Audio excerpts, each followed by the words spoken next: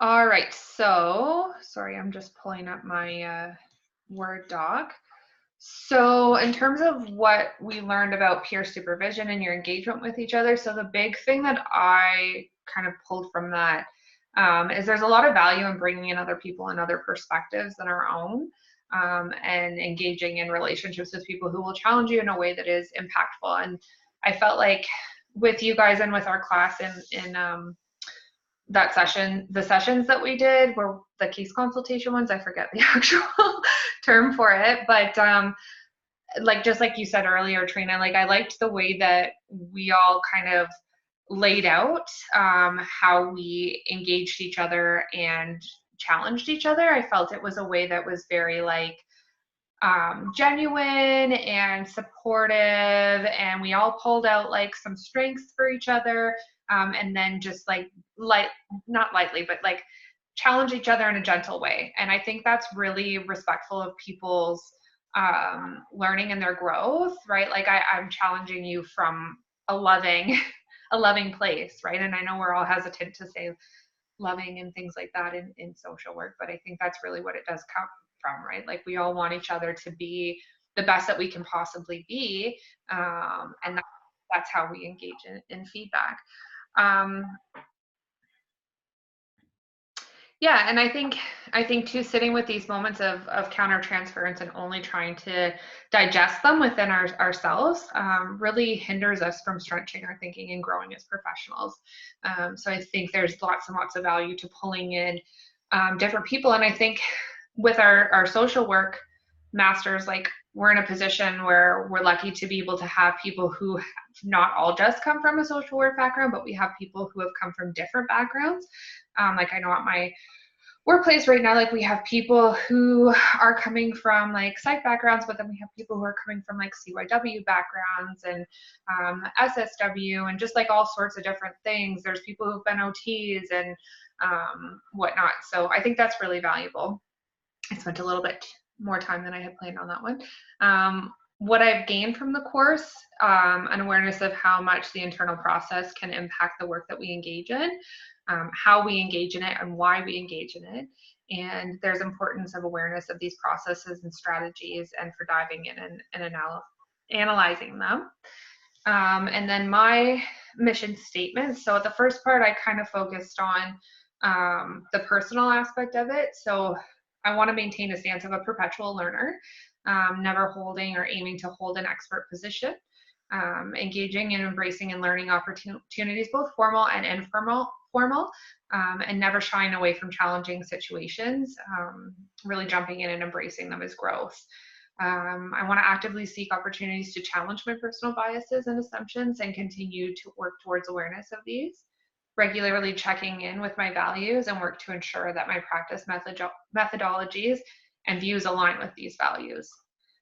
Um, then, on kind of more of a professional aspect, I want to engage in reflexivity with my values, their roots, and how to align my practice methods. So, pretty much what I just said.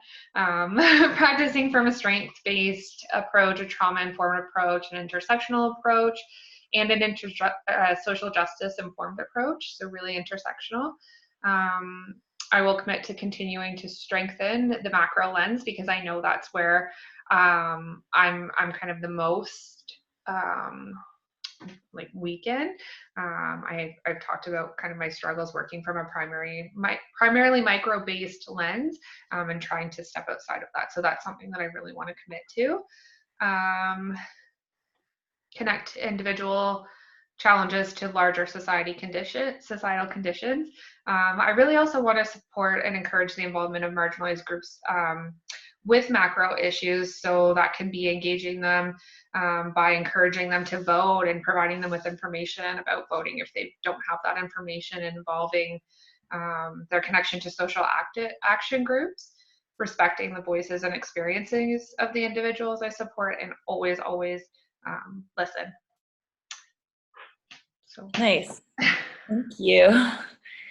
Okay, so for me, similarly with you, with your appreciation, Adrian, of kind of what you got out of this course, I also really appreciated practicing, reflecting like reflecting in a really structured way with other people. So in the peer context, peer supervision context.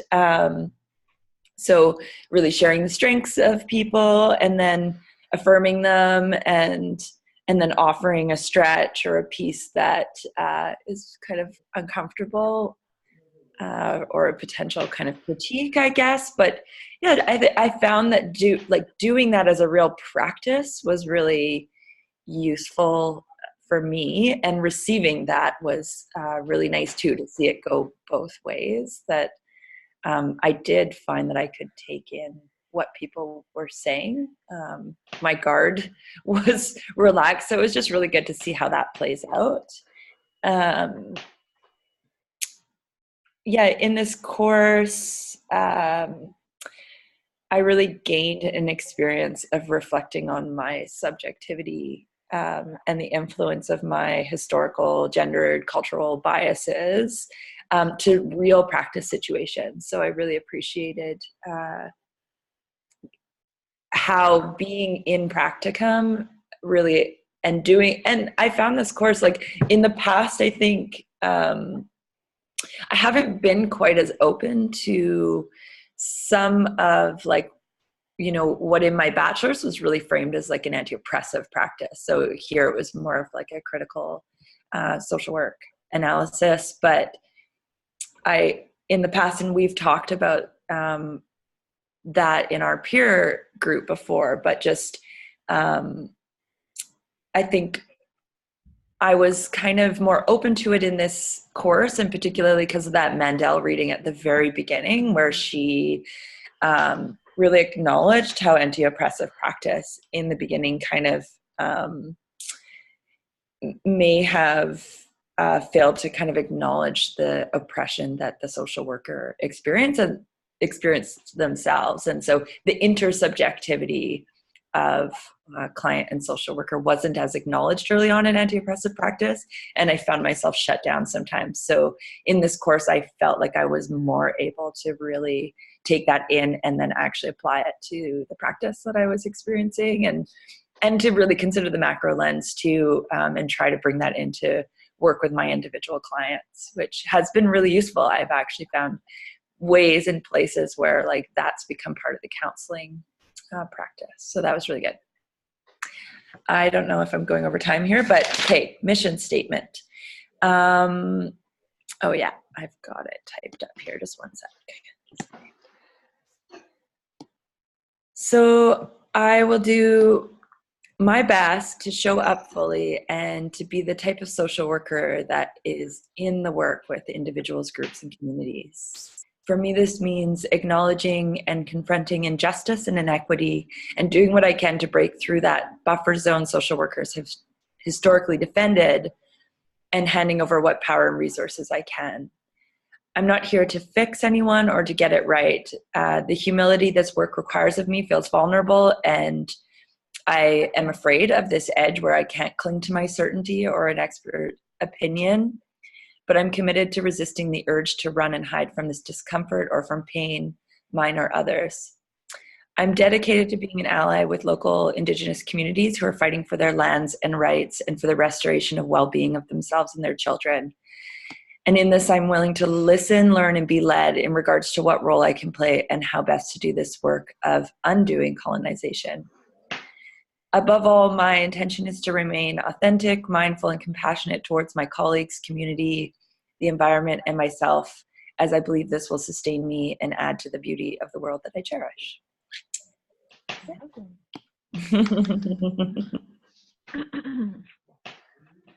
All right.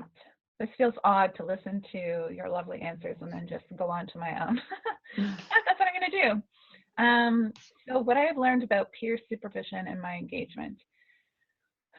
I really found it helpful in the case consultation to kind of do the video of myself and see how in it I was, like afterwards. Like I was so in it, in the countertransference, I guess.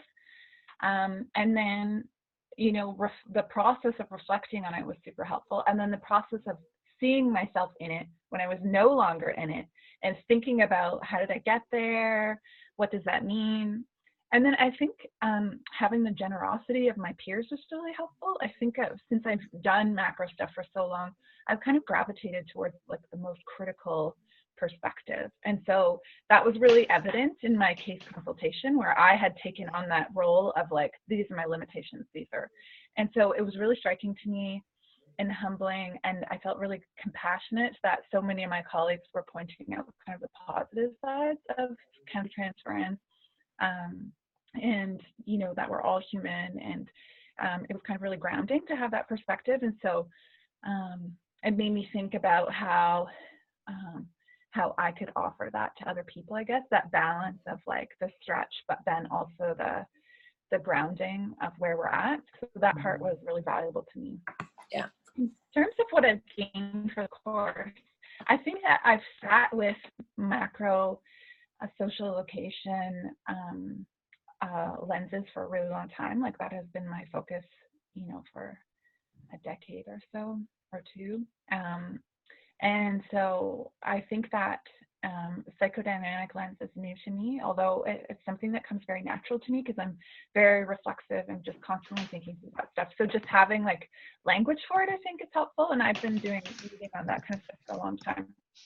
But really where I feel like my blind spot was the professional privilege. And, you know, I think in all of the MSW, I've had a lot to learn from Amy Rossiter and her work. But I think this course pushed it even further, and I was really able to think about, you know, the shadow side of wanting to be a professional, and what it means to feel like where this need to be like legitimate comes from. And if I feel like having a certain degree enables me to be legitimate, what does that make me, like, what does that ultimately mean about the people who are showing up? You know, it's not like I'm imagining people are illegitimate, but there is something about that divide that's really problematic. And I think it was important for me to kind of sit with in this course, to think about, you know, what kinds of, you know, information flattening or those kinds of justice work needs to be done. In terms of my mission statement, my goal is to be a trauma support work person, so like a support person for people who've experienced trauma, interpersonal trauma. That's where my focus has always been. Who's knowledgeable, compassionate, kind, and wise. And I think those are kind of my core values, aside from curiosity, which is kind of tied up in knowledgeable. I hope to use my research abilities in the service of families in order to flatten the information divide and give families the support they need in the moment they need it. So tailored, client-driven support. I hope to continually stretch myself and consider how I can work in communities to overcome obstacles and barriers to good care. I think there's certainly a lot of it, and I can see in my current placement right now how I'm tempted to, or how the environment is constantly tempted to go right to like, what can parents do more, instead of like, parents are, I was gonna swear, are really overwhelmed and so little support, and we're so divided, and it's just really unfair to ask them to do more when we're not doing more as a community. So thinking through those macro things.